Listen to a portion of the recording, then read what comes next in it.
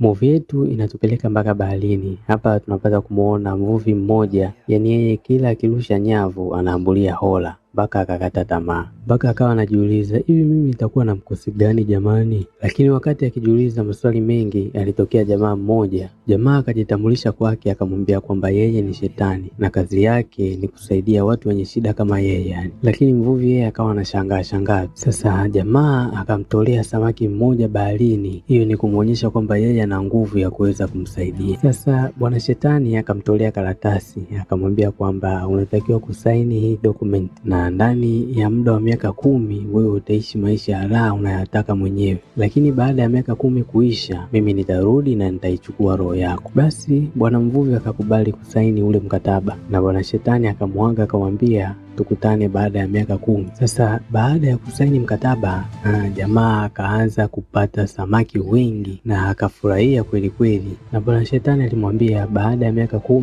atarudi ili kuichukua roho yake, lakini jamaa yeye wala hata ajali. Sasa huyu jamaa anayejiita shetani anajulikana kwa jina la Guong, na kwenye huu mjengo hapa ndio nyumbani kwake, na ukiangalia ukutani hapa utaona kila mahali kaweka saa ya ukutani, na hii ina maana yake. Sasa akiwa anapiga raundi kwenye nyumba yake, akaona saa moja hapa ni kama muda wake umeisha. Akajua hapa tayari kuna mtu anatakiwa achukuliwe roho yake, kwa sababu kila saa inamaanisha mkataba wa mtu, na muda ukiisha inamaanisha kwamba mkataba umeisha. Kwa hiyo huyo mtu anatakiwa kuchukuliwa roho yake. Sasa mlengo ambaye anatakiwa kuchukuliwa roho yake, yeye yuko huku anaendelea kula raha bila kujua kwamba leo anatakiwa arudishe vitu vya watu. Sasa jamaa alipomuona Guong akashtuka, akamuuliza, hivi kwa hiyo leo ndio umekuja kuchukua roho yangu? Guong akamjibu aswa, leo ndio roho yako inatakiwa kuchukuliwa kulingana na mkataba wetu. Jamaa akamwambia, we usinitanie, achukuliwi mtu roho hapa. Sasa jamaa akawa anataka kumkimbia bwana shetani. Sasa utamkimbiaje shetani na umeshakula vitu vyake? Akapigwa kombola moja akaanguka chini. Bwana shetani akachukua vitu vyake, huyo akaondoka. Sasa ni kawaida ya huyu bwana shetani aka bwana Guong anatafuta keki ili ajipongeze kwa kazi aliyoifanya. Sasa ngoja nikutoe huko kwa bwana Guong nikulete mpaka kwa dada mmoja. Huyu anajulikana kwa jina la Dodo hii. Sasa leo Dodo hii alikuwa anaongea na bosi wake, na huyu ni kama mama yake, sababu yeye ndio aliyemlea tokea akiwa mtoto baada ya baba yake na mama yake kufariki kwenye ajali ya gari. Na huyu bosi wake anajulikana kwa jina la Madam Ju. Madam Ju alikuwa anamchukulia Dodo hii kama binti yake wa kumzaa, na leo ilikuwa birthday yake, hivyo Madam Ju akamwambia kwamba amemwandalia kijana au tuseme mchumba,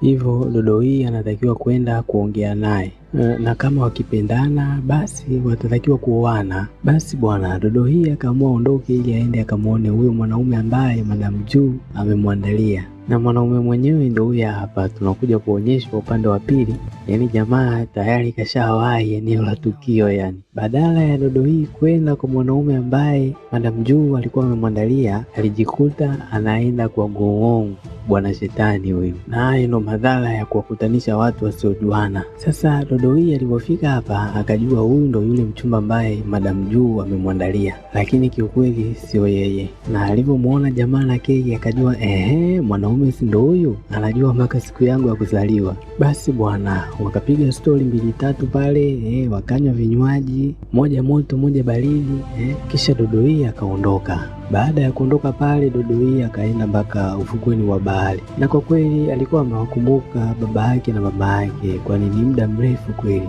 umepita tokea wafariki. Sasa alikaa pale ufukweni mpaka giza likaingia, lakini baadaye akarequest ili arudi nyumbani. Sasa akiwa anarudi nyumbani, kumbe bwana yule dereva taxi ni jambazi, na alikuwa ametumwa ili amuue kabisa huyu Dodo hii, na mtu ambaye amemtuma huyu jambazi tutakuja kumjua huko mbeleni ni nani. Walipofika mbele, jamaa akaanza kuendesha gari, anataka kufanya majukumu yake sasa, lakini Mungu mkubwa, Dodo hii akafanikiwa kutoka ndani ya lile gari na akamkimbia jamaa. Dodo hii akawa anakimbia huku na huku, na hapo kulikuwa hamna mtu yoyote wa kuweza kumsaidia, lakini mbele yake ghafla akatokea Guong, bwana shetani huyo, na hapo ndipo Dodo hii akaona ni bora muombe Guong msaada, na huku jamaa akachukua gari ili aje kuwagonga, lakini kwa bahati wakaangukia baharini. Walipodumbukia ndani ya maji, Guowong alipoteza fahamu kabisa na Dodowi akaamua amuokoe. Sasa Dodowi alipokuwa anang'ang'ana kumuokoa Guowong, ile alama iliyoko mkononi mwa Guowong inayompatia nguvu ikahama kutoka mkononi mwake ikahamia kwenye mkono wa Dodowi.